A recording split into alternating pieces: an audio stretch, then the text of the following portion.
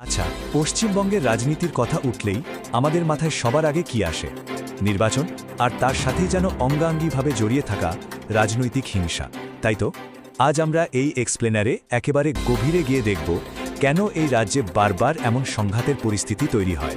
এর পেছনের ইতিহাসটাই বা ঠিক কতটা জটিল। চলুন শুরু করা যাক। পুরো জটটা খোলার জন্য আজ আমরা মূলত 5টা ধাপে এগোব। প্রথমে দেখব এই তথাকথিত শান্তির ভেতরের স্ববিরোধিতা, তারপর টিকে থাকার রাজনীতি, এরপর অর্থনীতি আর দেশভাগের ইতিহাস, কিভাবে আদর্শ থেকে ক্যাডারে রূপান্তর ঘটল, আর সবশেষে এই রাজ্যের সবচেয়ে বড় সাংস্কৃতিক ট্র্যাজেডি। তো 1 নম্বর পর্ব, শান্তির স্ববিরোধিতা, যখন হিংসাই হয়ে ওঠে স্বাভাবিক। সাম্প্রতিক কিছু নির্বাচনের দিকে তাকালেই আমরা এই অদ্ভুত বৈপরীত্যটা একেবারে চোখের সামনে দেখতে পাই। একদিকে প্রশাসন বা নির্বাচন কমিশনের তরফ থেকে বারবার জোর গলায় দাবি করা হয় যে নির্বাচন তো বেশ শান্তিপূর্ণ হয়েছে, কিন্তু গ্রাউন্ড রিপোর্ট বা বাস্তবের ছবিটা কিন্তু একেবারেই অন্য কথা বলে। একটু খেয়াল করলেই দেখবেন এই তথাকথিত শান্তিপূর্ণ নির্বাচনেও প্রার্থীদের ওপর হামলা হচ্ছে, পোলিং এজেন্টদের মারধর করা হচ্ছে, প্রচারের সময় নেতাদের ওপর ইট বৃষ্টি হচ্ছে, এমনকি ভোটারদের ভয় দেখানোর মতো ঘটনাও ঘটছে আকছার। আসলে মজার বা বলা ভালো অত্যন্ত উদ্বেগের বিষয়টা হলো এই রাজ্যের প্রেক্ষাপটে শান্তি শব্দটার সংজ্ঞাটাই যেন একটু অন্যরকম। মানে আগের নির্বাচনগুলোতে হয়তো অনেক বেশি খুনোখুনি হয়েছিল, এবার তার চেয়ে একটু কম হয়েছে, ব্যাস রক্তপাতের মাত্রা একটু কমলেই সেটাকে এখানে শান্তিপূর্ণ বলে মেনে নেওয়া হয়। এবার আসি আমাদের দ্বিতীয় স্তরে, টিকে থাকার রাজনীতি, উইনার টেকস অল বাস্তবতা, মানে যে জিতবে সবটা তারই। কিন্তু কেন এখানকার স্থানীয় নির্বাচনগুলোতে এমন মরিয়া আর হিংসাত্মক লড়াই দেখা যায়? দেখুন, এখানে স্থানীয় স্তরে ভোটে জেতা মানে শুধু এলাকার জনপ্রতিনিধি হওয়া নয়, জেতা মানে হলো লোকাল ফান্ড আর টেন্ডারের পুরো কন্ট্রোল নিজের হাতে নেওয়া, দলের কর্মীদের রুটি-রুজি নিশ্চিত করা, আর বিরোধী পক্ষকে সামাজিকভাবে একেবারে একঘরে করে দেওয়া। এই নির্মম প্রক্রিয়াটাই এখানে টিকে থাকার মূল মন্ত্র। আর ঠিক এই কারণেই গ্রামীণ পঞ্চায়েত নির্বাচনগুলো অনেক সময় বিধানসভার চেয়েও বেশি ভয়ঙ্কর হয়ে ওঠে, কারণ গ্রামের অর্থনীতি, ঠিকাদারি নেটওয়ার্ক আর বেঁচে থাকার ফান্ডের চাবিকাঠিটা তো সরাসরি এই নির্বাচনের ফলাফলের উপরে নির্ভর করে। কিন্তু প্রশ্ন হলো, মানুষ এতটা মরিয়া হলো কেন? এর উত্তর খুঁজতে আমাদের যেতে হবে 3 নম্বর পর্বে, অর্থনীতি এবং দেশভাগ, এই হিংসার একেবারে ঐতিহাসিক শিকড়। একটু পিছিয়ে 1947-এর দিকে তাকালে দেখব দেশভাগের সময় পাঞ্জাবে যেমন সুশৃঙ্খলভাবে জমি বিনিময় বা ক্ষতিপূরণের ব্যবস্থা হয়েছিল, বাংলায় কিন্তু তেমনটা একেবারেই হয়নি। বছরের পর বছর ধরে চলা ছিন্নমূল মানুষের স্রোত আর কেন্দ্রীয় বঞ্চনা এই অঞ্চলটিকে আর্থিকভাবে একেবারে খাদের কিনারে ঠেলে দিয়েছিল। আর যেন মরার ওপর খাড়ার ঘা হয়ে 1950-এর দশকে এলো সেই বিখ্যাত বা বলা ভালো কুখ্যাত মাসুল সমীকরণ নীতি বা ফ্রেইট ইকুয়ালাইজেশন পলিসি।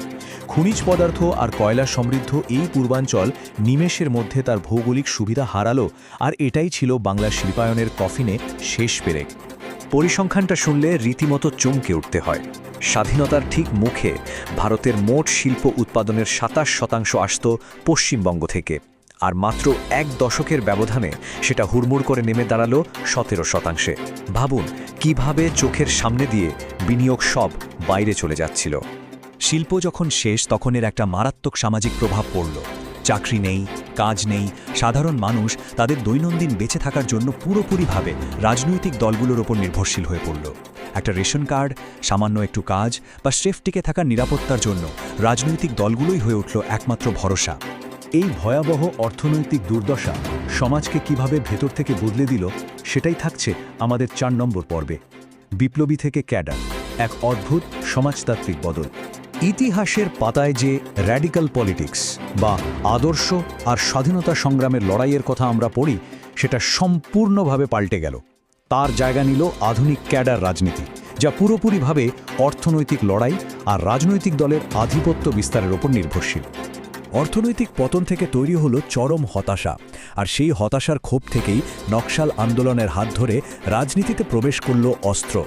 পরবর্তীতে নিজেদের আধিপত্য বিস্তারের জন্য রাজনৈতিক দলগুলো এই আক্রমণাত্মক ধারাটিকেই নিজেদের হাতিয়ার করে নিল। অবাক করা বিষয় হলো, ক্ষমতার হাতবদল হলেও এই হিংসাত্মক ক্যাডার সংস্কৃতি কিন্তু প্রতিটি সরকারের আমলেই রয়ে গেছে। আমরা আলোচনার একেবারে শেষ এবং সবচেয়ে গভীর স্তরে এসে পৌঁছেছি, 5 নম্বর পর্ব, সাংস্কৃতিক স্ববিরোধিতা। এখানেই লুকিয়ে আছে এই রাজ্যের সবচেয়ে বড় ট্র্যাজেডি। একবার ভাবুন, রামমোহন রায় থেকে শুরু করে ঈশ্বরচন্দ্র বিদ্যাসাগর, রবীন্দ্রনাথ ঠাকুর, স্বামী বিবেকানন্দ কিংবা সুভাষচন্দ্র বসুর মতো যুগ নায়করা যে মাটিতে জন্মেছেন, এই ভূমি এক বিশাল সাংস্কৃতিক নবজাগরণের উত্তরাধিকার বহন করে। অথচ যে মাটি একদিন সারা দেশকে শান্তি আর প্রগতির আলো দেখিয়েছিল, সেই মাটি আজ রাজনৈতিক আদিমতা আর হিংসায় জর্জরিত। কি অদ্ভুত এক বৈপরীত্য, তাই না? আর তাই আজকের এই এক্সপ্লেনারের শেষে একটা বড় প্রশ্ন থেকেই যাচ্ছে, দশকের পর দশক ধরে চলা এই অর্থনৈতিক আর রাজনৈতিক ট্রমা কি এভাবেই চলতে থাকবে? নবজাগরণের এই পীঠস্থান কি তার আসল সাংস্কৃতিক ও গণতান্ত্রিক ঐতিহ্যকে পুনরুদ্ধার করে এই হিংসার চক্র থেকে কোনোদিন বেরিয়ে আসতে পারবে? এই গভীর চিন্তার জায়গাটিতেই আজ আমরা থামব। আশা করি আজকের এই বিশ্লেষণ আমাদের সবাইকে নতুন করে ভাবনার খোরাক যোগাবে।